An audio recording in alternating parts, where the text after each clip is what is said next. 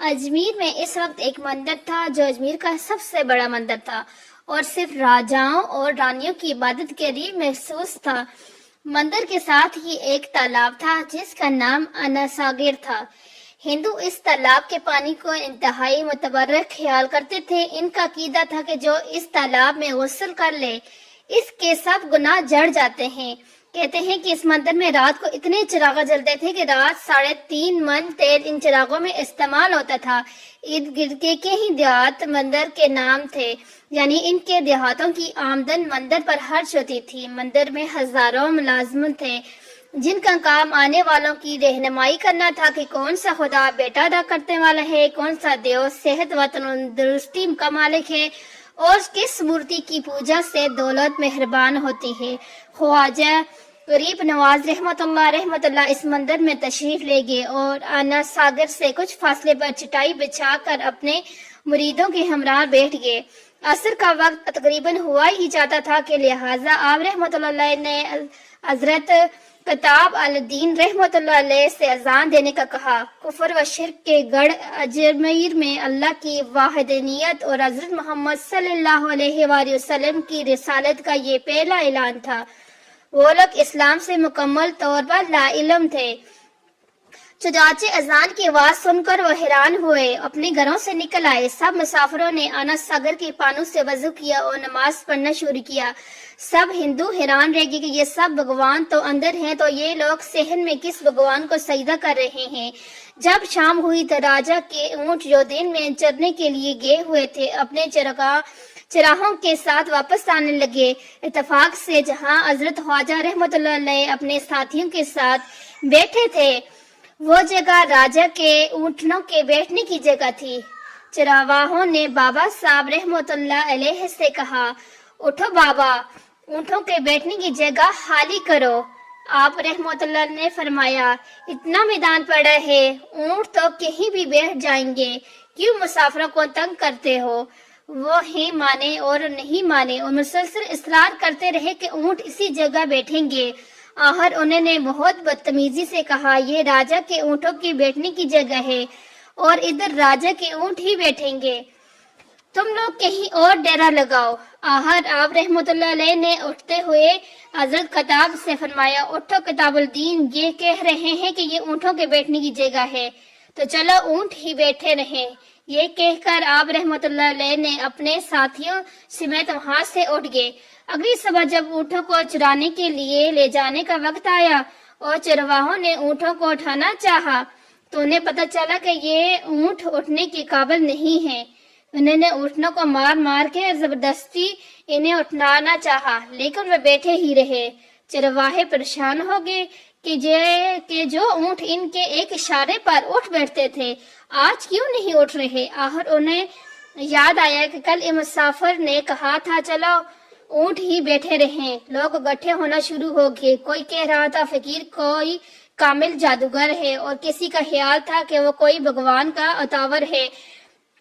بات راجا پرتھوی تک پہنچ گئی کہ ایک مسافر فقیر نے راجا کی اونٹوں پر جادو کر دیا ہے۔ راجا نے حضرت معین الدین رحمۃ اللہ کو پیغام بھیجا کہ وہ تم کیسے فقیر ہو جو بے زبانوں کو باندھ رکھا ہے، یہ بیچارے بھوکے پیاس سے مر جائیں گے، اس لیے مہربانی کر کے اپنا جادو واپس لے لو۔ آپ رحمۃ اللہ علیہ نے فرمایا، ہم مسلمان ہیں اور مسلمان بد دعا نہیں کرتا نہ ہی جادو۔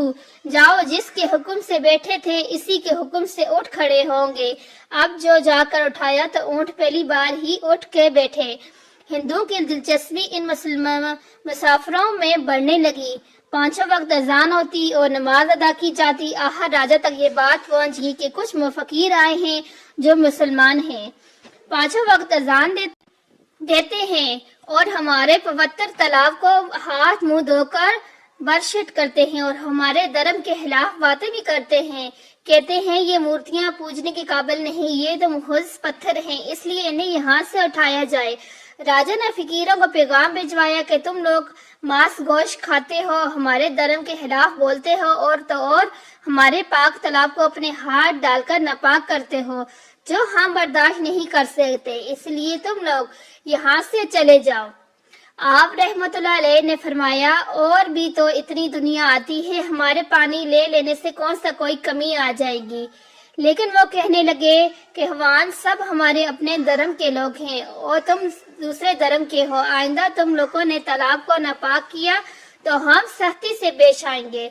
آپ رحمت اللہ علیہ نے حضرت کتاب الدین بختاری رحمت اللہ علیہ سے فرمایا، کتاب الدین شاہد یہ لوگ آئندہ ہمارے پانی لینے پر کوئی فساد برپا کریں، جاؤ ایک مشکیر پیانی لے آؤ تاکہ ضرورت کے وقت کچھ پانی تو موجود ہو۔ لہذا حضرت کتاب رحمت اللہ علیہ نے ان سے فرمایا، چلو ہم مشکیز بیور لیتے ہیں۔ وہ اس شرط پر مان گئے کہ تمہارا جسم پانی سے نہ چھوٹے۔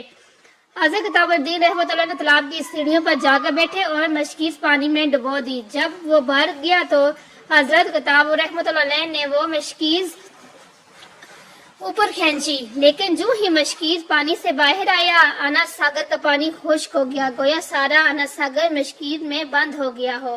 انس ساگر کا خشک ہونا تھا کہ پورا اجمیر میں گہرام مچ گیا۔ وہ رو رہے تھے کہ ہم جو گناہوں کی گڑیاں لاتے ہیں اور انس ساگر میں غسل کر کے ان سے چھٹکارا پا لیتے ہیں، اب ہم گناہوں کا بوجھ لیے کدھر جائیں گے؟ سارے علاقے میں خبر پھیل گئی کہ مسافر فقیر نے جادو کے زور سے انس ساگر کو خشک کر دیا ہے۔ راجہ اس نئی صورتحال سے بہت پریشان ہوا ہے۔ اس نے اپنے وزیروں کو بلایا، سب نے یہی کہا کہ فقیر یا تو جادوگر ہے یا پھر واقعی کوئی کامل فقیر ہے۔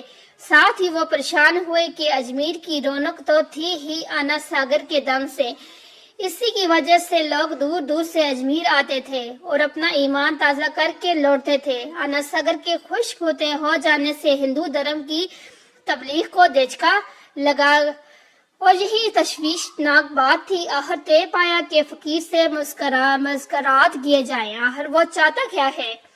اگر اس کے مطالبات معقول ہوئے تو تسلیم کر لے جائیں گے، یا پھر سب مرد عورتیں اور بچے جا کر فقیر کی منت سماجت کریں کہ وہ لوگوں کو پریشانی سے نجات دلاوے اور ہم پر رحم و کرم کرے۔ ہم باپ بوجھ اٹھایا کر کدھر جائیں گے اور کیسے سکون پائیں گے؟ یہ تجویز زیادہ آسان تھی، لہٰذا تمام لوگ بابا صاحب رحمت اللہ کے پاس آئے اور بولے، بابا تم بھی وضو کر لیا کرنا، لیکن بھگوان کے واسطے ہمارا انس ساگر ہمیں لٹا دو۔ آپ رحمت اللہ نے حضرت کتاب رحمت اللہ سے فرمایا، جاؤ کتاب مشکیر واپس تالاب میں ڈال آؤ۔ جو ہی مشکیر تالاب میں الٹا گیا، انس ساگر کناروں تک اچھل آیا۔ اس پانی نے کہیں دل کو دھو ڈالا۔ ہندو قوم کی اپنی تاریخی کتابوں میں بھی ہندو مورخین اس بات کو تسلیم کرتے ہیں کہ اس شام میں 35,200 ہندو کلمہ پڑھ کر مسلمان ہو گئے۔ ان ہندوؤں نے مسلمان ہو جانے سے ہندو پنڈتوں اور عام ہندوؤں میں بھی غم و غصے کو طوفان اٹھ کھڑا ہو گیا تھا۔ وہ سوچ میں پڑ گئی کہ فقیر اگر کچھ دن مزید ادھر رہ گیا تو دیوتاؤں کا نام لینے والا بھی کوئی نہ رہے گا۔ لہٰذا لوگوں نے راجہ کو مجبور کیا کہ جلد کچھ کیا جائے۔ راجہ نے مندر کے بڑے پنڈت رام دیو کو بلایا اور اسے بابا صاحب رحمت اللہ سے مناظرہ دیکھ کر جلد انہیں شکست دینے اور اجمیر سے باہر نکال دینے کا حکم دیا۔